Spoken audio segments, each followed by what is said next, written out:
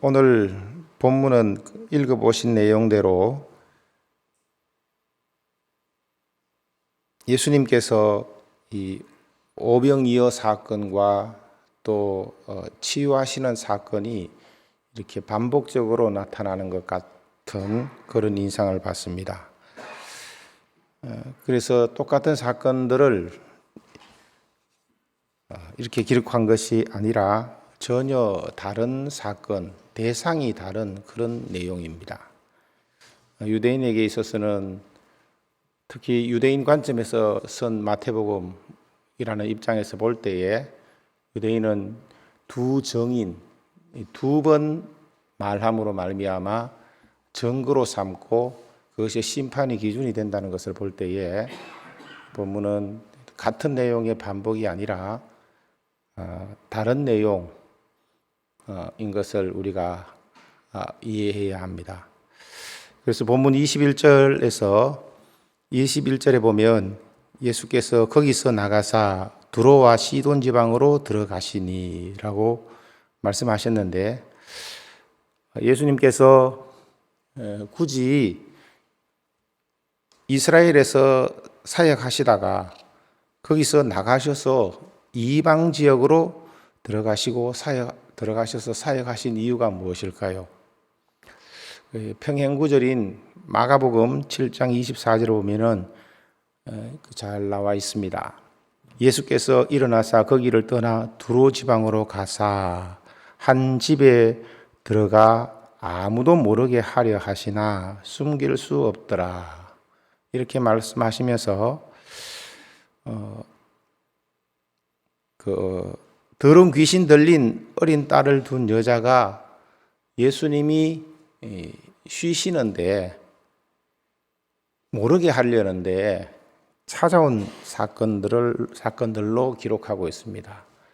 얼핏 보면 예수님이 이 여인을 전도하기 위해서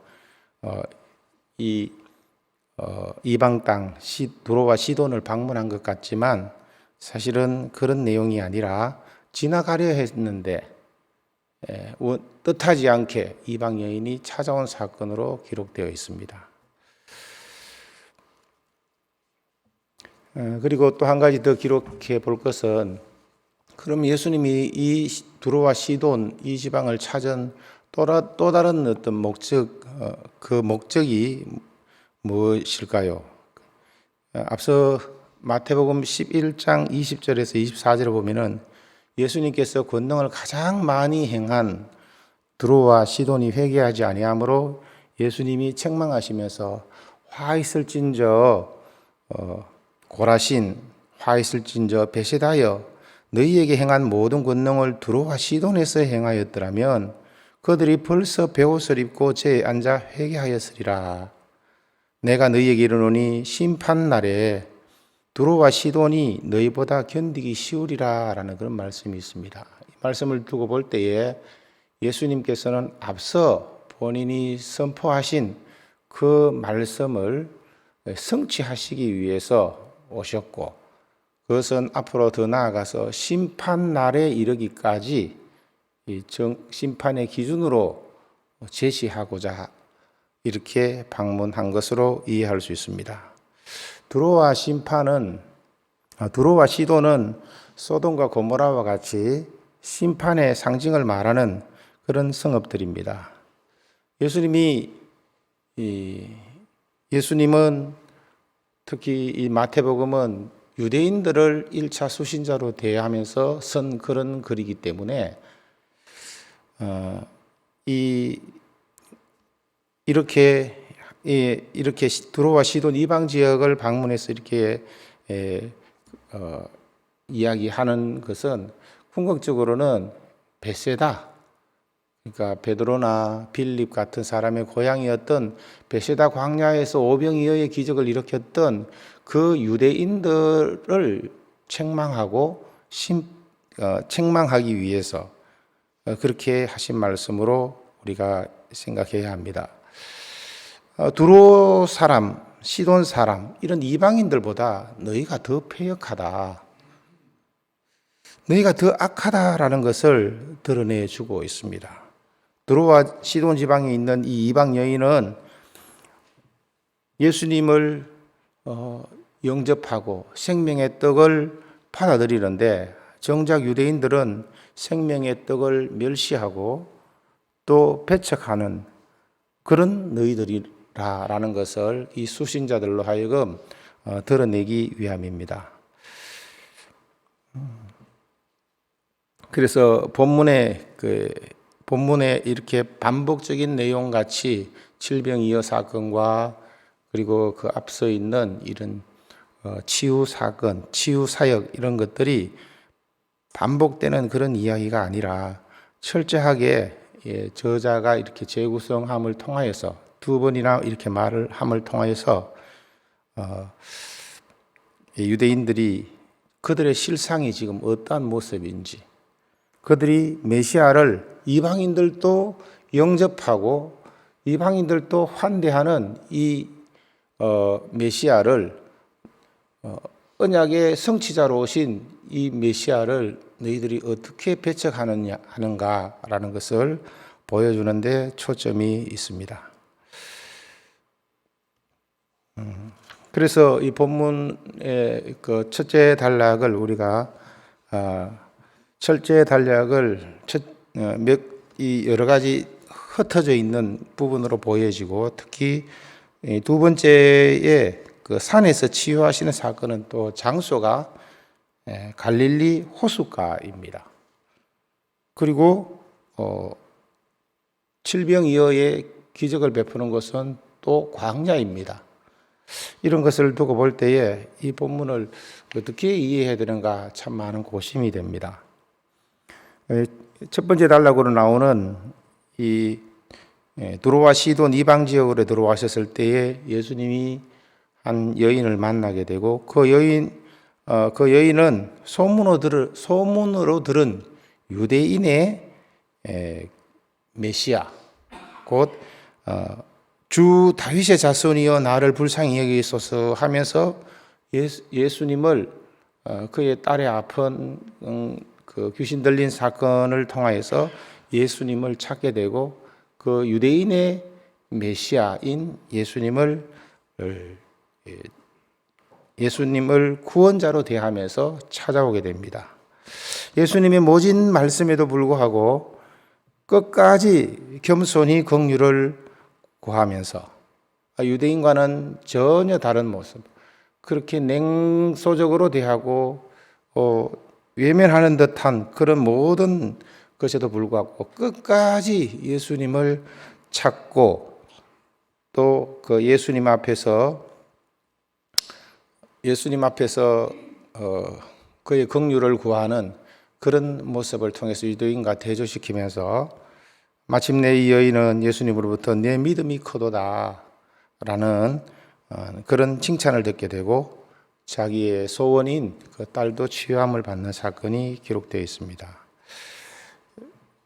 두 번째 단락으로 나오는 그 내용은 바로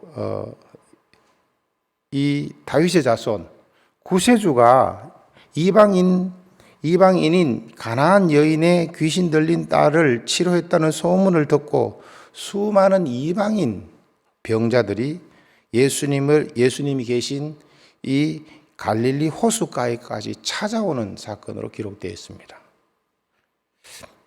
굳이 또 예수님의 발 앞에 앉습니다. 산상수훈의 모습을 연상시키는 그런 모습입니다. 이때 예수님이 이 병자들을 고쳐주시니까 이방인인 자신들을 돌봐주신 이스라엘의 하나님이라고 칭송하면서 예수님을 아주 환대합니다.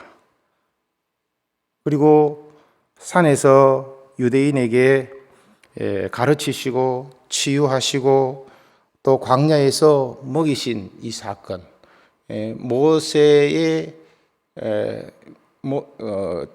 출애굽기를 통하여서 나 같은 선지자라고 이야기했던 그 새 모세 예수, 나 같은 선지자, 모세와 같은 선지자, 모세가 했던 그 사역과 동일하게 시내산 광야에서 말씀을 통해서 언약을 맺으시고 그들이 언약을 지킬 수 없음에도 불구하고 하나님께서는 그들을 광야에서 가나안에 들어가기까지 끝까지 먹이셨던 것처럼 예수님께서 바로 유대인들에게 그렇게 산에 오르시고 말씀을 주시고 그들을 그리고 제자들을 통해 세우시면서 치유하시고 그리고 베세다 광야에서 먹이시고 이렇게 하시는 것과 동일하게 이 예수님을 환대하고 환영하고 영접하는 이 이방인들을 동일하게 굳이 산으로 이끄시고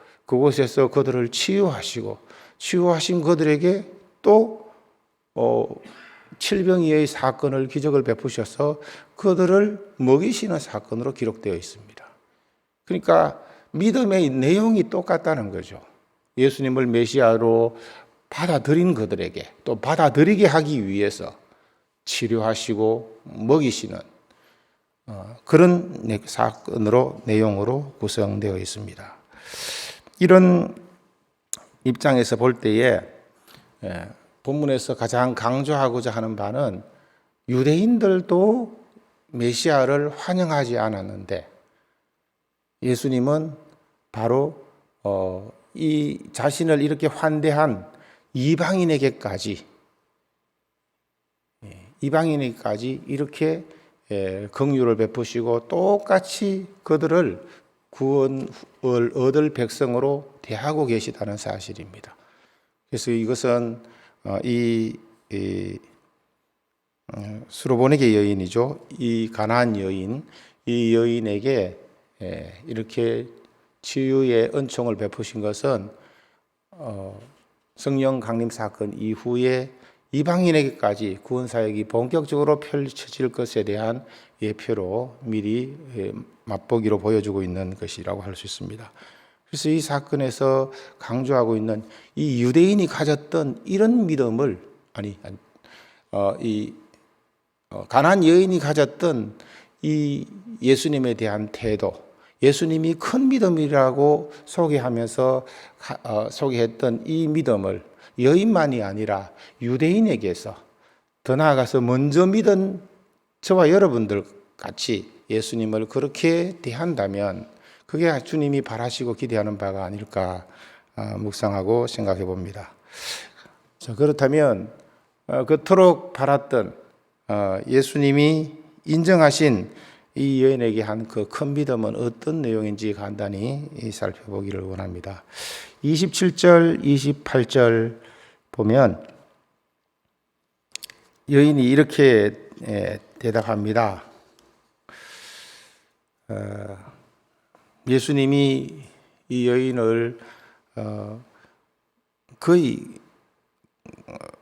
아주 수치스럽게 만드는 그런 자리에까지 이 여인의 믿음의 단계를 수위를 높여가고 예수님에 대해서 메시아 앞에 긍휼을 구하는 태도와 자세를 그렇게까지 낮추시는데 그런 그 모멸감을 느끼고 그 마음의 상처를 입을 수도 있는 이런 지경에까지 나아가면서 한데 이 여인은 한결같이 예수님 앞에 그렇게 대합니다.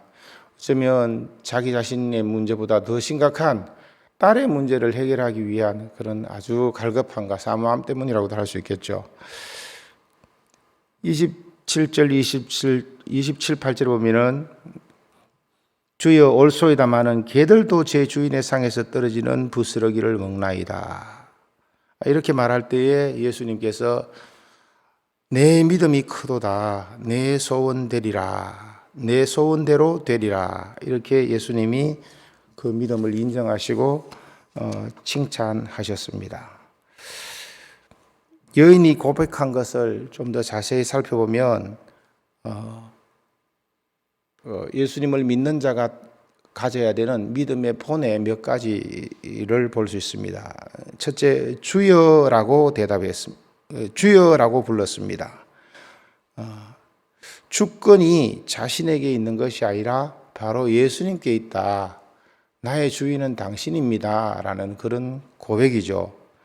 그리고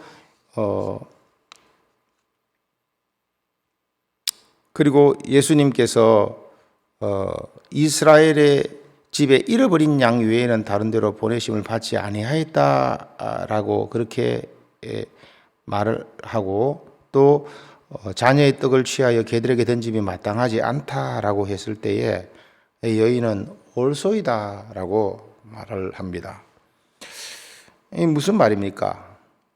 내가 들었을 때 기분이 나빠도 주님이 말씀하시면 그것이 의롭다는 그런 말씀으로 이해할 수 있습니다. 예수님의 모든 말씀이 의롭다는 것을 기준으로 삼고 옳소이다라고 이렇게 대답을 합니다. 개들도라고 자신을 개라고 낮추어서 말을 합니다. 철저한 자기 부정이죠. 자존감이 아니라 자기 자신을 주님 앞에, 메시아 앞에 낮추는 그런 모습입니다. 어쩌면 다 이해하지 못해도, 언약 백성이 아니어서 다 깨닫지 못해도 우리가 얼마나 처음 창조하면서 이렇게 낙오되어 멀어져 있는 상태인지 모를지라도 그거는 철저한 자기 부정을 하면서 받아들이는 그런 입장과 태도를 취합니다. 네 번째로, 그렇지만 개들도 주인의 상에서 떨어지는 부스러기를 먹습니다 라고 이야기를 합니다. 상에 있는 떡 전체를 달라라고 하는 것도 아닙니다. 혹시나 떨어지는 그 부스러기라도 개들은 주워 먹지 않습니까? 이러한 긍휼을 저에게 베풀어 주시면 참으로 그것이라도 만족하겠습니다 라는 그런 간절함과 긍휼을 구하는 그런 태도와 자세를 취합니다. 예수님의 이런 모진 말씀에도 불구하고 철저하게 자기를 부인하며 자신을 개라고 낮추고, 또 주인의 상에서 떨어지는 부스러기라도 좋사오니 라고 이렇게 말하면서 그 은혜를 철저히 강구하는 그런 모습을 보여주고 있습니다. 여자의 이렇게 주님을 간절히 찾고 주 앞에서 자기를 부인하고 또 주님만 소망하는 그런 모습을, 그 모습의 믿음의 고백을 듣고 예수님은 큰 믿음이라고 한 것이죠. 다시 말하면 이 큰 믿음은 예수님 앞에 자기 자신이 누구인지를 아는 것, 이것이 큰 믿음입니다. 그리고 인생의 문제를 해결하기 위해 오신 예수님이 누구신지를 알고 그 앞에 마땅한 그런 반응을 보이는 것, 이것이 큰 믿음이라고 할 수 있습니다. 우리는 일반적으로 우리의 형편과 처지에 맞추어서, 내 자신에 맞추어서 가는 그런 믿음을 취하지만, 예수님이 드러내면서 이스라엘 백성들에게 이런 대접을, 이런 예우를, 이런 믿음을 보지 못하였는데, 이 여인의 믿음을 이야기하면서 이스라엘 먼저 믿는 사들, 언약 백성들에게 구하고 있는 이 믿음이 바로 이런 믿음이다라고 드러내시는 것입니다. 그렇습니다. 긍휼이라는 것은, 구원의恩총을 입을 긍휼이라는 것은 바로 이런 주님에 대한 합당한 태도와 자세 속에 그 은혜가 주어지는 것입니다. 저는 아무 자격이 없습니다. 저는 개 맞는데요. 그래도 자녀가 아니라도 자격이 없지만 그래도 떨어진 부스러기라도 먹을 수 있었으면 감사하겠습니다. 그것이라도 나에게 흘려주시고 자녀에게 줄 떡을 떨어뜨려 주십시오 라고 이렇게 말하고 있습니다. 하나님께서는 언약을 근거로 이스라엘 백성과 아브라함과 이삭과 야곱에게 했었던 약속입니다. 그들의 행위가 아니라 그들의 믿음을 통해서 너희들을 구원해 주겠다. 나의 긍휼함으로 구원해 주겠다라고 하는 것이 메시아 언약입니다. 이 언약 때문에 이 언약의 실체인 이 언약을 이루실 예수님을 보내십니다. 그런데 이 메시아 언약을 받아든 사람의 반응이 특히 유대인들이 이런 성경적 믿음이 아니라 거짓 믿음으로 또 바리새인과 서기관들은 외식적 믿음이라고 진단을 하면서 그들은 특히 요한계시록 20장 부분 마지막 부분에 가면은 외식하는 자들 개들이라고 이야기하면서 실제는 이 바리새인들이 개들이고 그들이 성 밖에 있을 것이라고 그렇게 이야기하면서 천국 백성이 아님을 이야기하고 있고 어쩌면 이렇게 메시아를 환대하고 영접하는 이 여인이야말로 참다운 언약 백성이고 구원에 합당한 구원 얻기에 합당한 그런 인물이라고 소개하고 있습니다. 바울이 이야기했던 것처럼 표면적 유대인이 유대인이 아니요 이면적 유대인이 유대인이라고 이야기를 했고 이 본문의 앞부분에 이 입으로 들어가게 하는 것이 더럽게 하는 것이 아니라 입에서 마음에서 나오고 입에서 나오는 그것이 사람을 더럽힌다라고 소개하면서 이 바리새인과 서기관들의 믿음을 그들의 믿음을 예수님은 그들을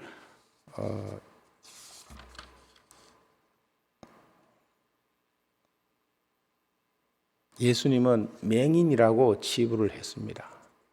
맹인이 맹인을 인도한다라고 했습니다. 그 모든 중심과 그 기준에 바로 예수님에 대한 메시아에 대한 우리의 태도와 자세인 것을 알 수 있습니다. 말씀을 맺겠습니다. 오늘날 많은 교인들이 바로 가나안 여인과 같은 그런 믿음을 원하는 것이 아니라 세상 사람들이 좋아하는 그런 믿음의 척도로 삼는 것 같습니다. 그런 생각이 듭니다. 예수님 믿으면 세상에서 힘을 얻고 승승장구한다. 믿음 좋은 사람일수록 세상에 성공을 한다. 라는 그런 생각을 가진 것 같습니다. 근데 지금 이 가나안 여인은 그것과 너무나 다릅니다. 나는 아무것도 아닙니다. 하는 그런 믿음이 큰 믿음이고 예수님이 인정하시는 믿음이고 마침내 심판날에 주님으로부터 좋은 평가, 인정을 받는 그런 믿음이라고 소개하고 있습니다. 그래서 이 두로와 시돈 지방에 가서 굳이 베세다 사람들에게 유대인들에게 이미 기존에 믿는 언약 백성들에게 그 심판을 다시금 선언하시고 그것을 상기시키면서 유대인들의 자기네들의 삶을 되돌아보게 하신 것입니다. 저와 여러분도 처음 믿는 그 믿음 시작과 더불어서 그 이후를 살아가는 어쩌면 유월절 어린 양의 그 속죄의 은총을 입은 이후 그 무교절을 지키며 무교병을 먹으며 살아야 되는 우리가 하나님 앞에서 어떻게 살아가는지